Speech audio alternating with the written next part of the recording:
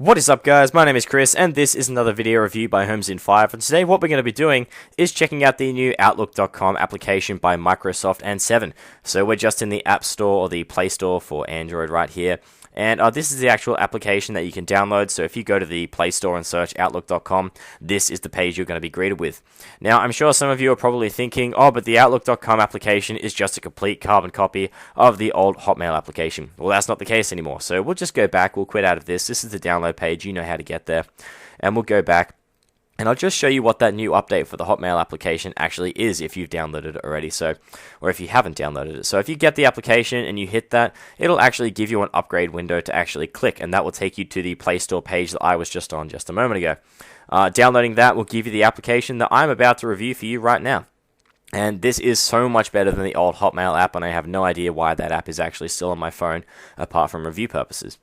We'll hit Outlook.com and bring up the application itself, and there, my friends, is exactly what I think a lot of us using the Hotmail web client or email client have been waiting for. So we'll get into the actual details about this application. It is a 6.5 meg download for your Android phone, and this is exactly what we've been waiting for. So I myself, the old Hotmail application that we used to have was very outdated, very gingerbread looking, very bland and boring, and just generally a very timely and uncomfortable user experience. This is now no longer the case. Talking about the application itself, you can see you've got your main emails right there. You've got the top left corner telling you which folder you're actually in. Quiet time or low power when your battery is running out does still come up as an alert if you're running out of battery. Looking at the emails that you get in your box, something that I guess is a bit of a downside for this application is the font size for your sender, or the person who has sent you your email, is very large, which kind of wastes a lot of space. You can see no more than 4 emails on your page at one time, or 4.5. Which is a bit of a downside, kind of wastes a lot of screen space. You do have, when you get a new email, the subject line just in the middle there, the one that's in bold, is actually highlighted blue to say you haven't read your email. When you have read it, it is actually brought just down to a normal gray color, the same as the rest of the text that is on this screen right now. On the right hand side, just down here, you've got the time received and whether it's got an attachment or not, signified or signaled by that paperclip right there. And you can only synchronize 1 month worth of emails on your account at any given time. So if you've got anything more than a month of emails that you want synchronized to your account for display and access, then you can't do that. I'm sorry. Same as the old Hotmail account. Or Hotmail application, sorry. And I really don't know why they haven't actually allowed for a full synchronization of your entire account. It just doesn't really seem like there's much reason why they shouldn't let you do that. Talking more about the application, you've got tick boxes down the left for deleting emails in bulk or anything, or if you do want to move them to another folder. Nice little segue into the folders and that function itself. If you do drag your finger from the left to the right of the application on your screen, you do actually get a nice little window here to choose between the different folders you may have set up on your Hotmail account. Now, I keep my emails very organized in terms of absolutely everything that I do. And if you do have any new inbox, outbox, junk, anything like that, you will get a number notification next to that for any emails that you may not have read just yet. Looking down the bottom here, we do have some little on-screen keys. The plus button is obviously for a new email to send to somebody. A little middle button in there is just the synchronize button. So if you hit that, you'll synchronize your emails and update your application. You don't know if you saw that there, but there was a nice little loading bar, those squares coming from the left to the right of the screen. And just here is a search bar to check your emails and your folders for anything or any particular email that you may be looking for to show a friend or forward to a work colleague, etc. Pressing this soft button or the soft key down the bottom left, or even pressing this tab on the right here, will bring up the settings menu. So we'll go into that right there and talk about all the different things you can change now. A lot of it is very much the same layout as to the old Hotmail application, but just looks a little nicer now, and there's a few extra things in here.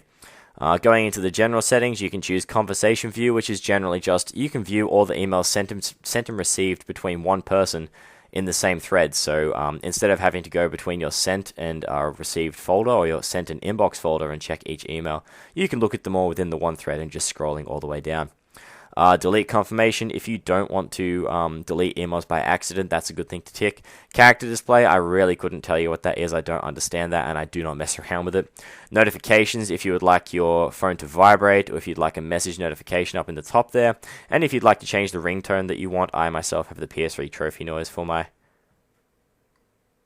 message tone. Sorry, I just had to play that. You can change all of that around. I don't have vibrate on my phone at the moment, though, because it wastes my battery. Scrolling down some more, you can change the folder that your attachments will download to on your phone. And if you don't want people to see any, particular emails that you may have on your account that you want to keep private or anything that's, confidential, you can enable a application lock on the application. So you need to put a password in, the same as if you would lock your phone and put a password on your home screen. You can change the pin just there, and then the rest down here is support tools, terms of use, about all that random stuff that nobody actually cares about. Moving down more, you can choose how often your account syncs. Push notifications is when you get an email, it generally just pushes a notification to your phone as soon as that email is received. I don't know why that's ticked, because I don't want push notifications. I don't have a lot of 3G on my phone. Frequency is if you want push notifications or every one of these intervals listed on the screen just there. I myself just manually sync it maybe 2 or 3 times a day and read them all in bulk. Quiet time is when sync shouldn't occur. It obviously explains itself, and this is the folders that you want to sync on your account.